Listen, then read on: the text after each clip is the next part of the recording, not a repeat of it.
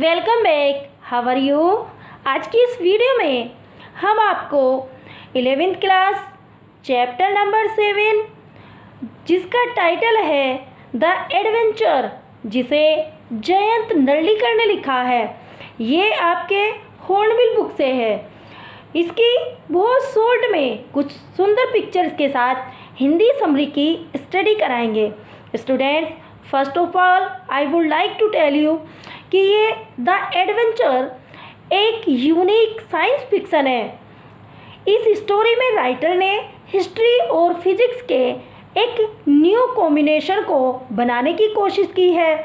इस स्टोरी में writer professor गाय तोंडे नाम के हैं, जो उनके एक स्पेशल एक्सपीरियंस के बारे में बताया गया है, जो समय के साथ पास्ट में ट्रेवल करने लगते हैं और उनके साथ कुछ ऐसा होता है और वो ऐसा अनुभव करते हैं जो कभी अस्तित्व में नहीं था। अंत में जब वे स्वयं को मुंबई में पाते हैं तो भी उन्हें ऐसा फील होता है कि जो कभी अस्तित्व में नहीं था।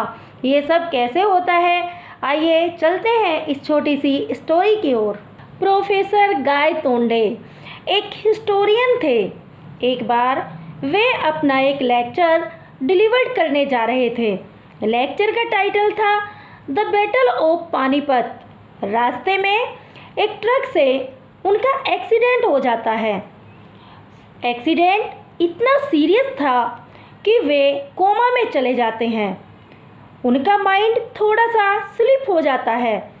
अब वे अपने आप को एक ट्रेन में यात्रा करते पाते हैं।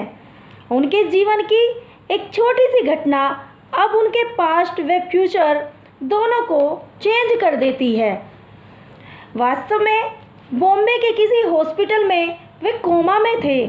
उनके मन के बदलाव इस प्रकार प्रस्तुत किए गए हैं। वे अपने आप को एक ट्रेन में सफ़र करते पाते हैं।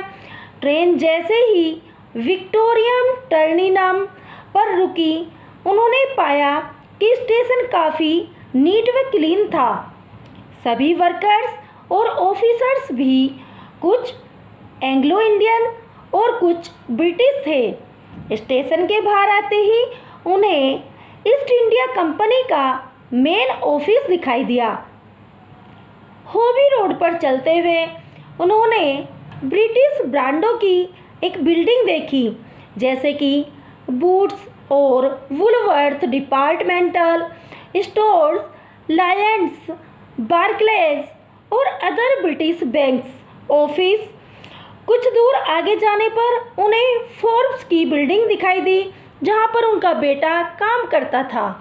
अब प्रोफेसर गाय तोंडे उस बिल्डिंग में अर्थात फोर्ब्स में चले जाते हैं और वहां जाकर अपने बेटे विजय तोयकोंडे के बारे में पूछते हैं, किंतु उन्हें बड़ा आश्चर्य होता है जब रिसेप्शनिस्ट उन्हें बताती है कि इस नाम का कोई भी व्यक्ति प्रेजेंट में यहाँ नहीं काम करता। अब तो प्रोफेसर और भी अधिक बेचैन हो जाते हैं। अब वे इस इतिहास की पहेली को सुलझाने के लिए लाइब्रेरी ऑफ एशियाटिक सोसाइटी जाते हैं और सच्चाई जानने के लिए अपनी स्वयं की लिखी, जो उन्होंने 5 बुक्स लिखी थी, उन्हें निकलवाते हैं। बुक उन्हें मिल जाती है। वे एक एक करके बुक को पढ़ने लगते हैं। पाते हैं 4 बुक उनके द्वारा जो लिखी गई थी वे बिल्कुल सेम थी, किंतु जब 5वीं बुक पढ़ते हैं तो पाते हैं इस बुक में द बैटल ऑफ पानीपत बिल्कुल चेंज थी। उन्होंने पढ़ा था कि पानीपत के युद्ध में अहमद शाह अब्दाली मराठों को उन्होंने पराजित किया था। वे उनका नेता विश्वास राव मारा गया था, किंतु लाइब्रेरी की बुक में इसके विपरीत लिखा था कि मराठों के नेता विश्वास राव ने अहमद शाह अब्दाली की सेना को उनकी गोलियों से बचकर वे निकल गए थे और उन्होंने अब्दाली को हराकर वापस काबुल भगा दिया था। उन्होंने उत्तर भारत में अपना राज्य स्थापित किया।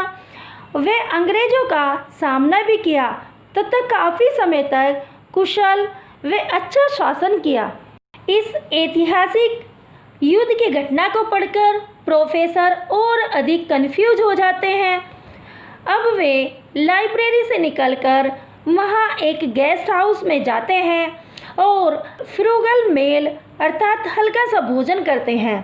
फिर प्रोफेसर गायतोंडे आज़ाद मैदान पहुँच जाते हैं जहाँ उनको लेक्चर डिलीवर करना था। स्टेज पर वे प्रेसिडेंट की एम्प्टी सीट देखकर हैरान हो जाते हैं। वहाँ उन्होंने एक ऑडियंस को एक एक्स्ट्रा एक्सप्लेन करनी चाहिए, किंतु यह बहुत उबाऊ थी और उनके लिए हार्मफुल साबित हुई। स्पीच सुनकर ऑडियंस स्टेज पर आ गए और प्रोफेसर को मंच से बाहर फेंक दिया। इस थ्रो अर्थात फेंकने का प्रोफेसर पर प्रभाव पड़ा, क्योंकि इस एक्सपीरियंस के बाद वे वर्ल्ड के सेकंड एक्सपीरियंस से बाहर आ गए थे। अब वे आज़ाद मैदान में बेहोश पाए गए। कुछ दिन बाद उन्होंने अपने इस अनोखे अनुभव के रहस्य को सुलझाने के लिए वे प्रोफेसर देशपांडे के पास गए। प्रोफेसर देशपांडे ने उन्हें वैज्ञानिक स्पष्टीकरण देने की कोशिश की। प्रोफेसर देशपांडे के अकॉर्डिंग वास्तविकता ऐसी चीज़ है जिसे हम अपनी इंद्रियों के माध्यम से अनुभव करते हैं, जो एक प्रकार के उपकरण हैं। इन इंद्रियों या साधनों की कुछ सीमाएं होती हैं जिसे हम वास्तविकता कहते हैं। उनमें अन्य आयाम भी हो सकते हैं।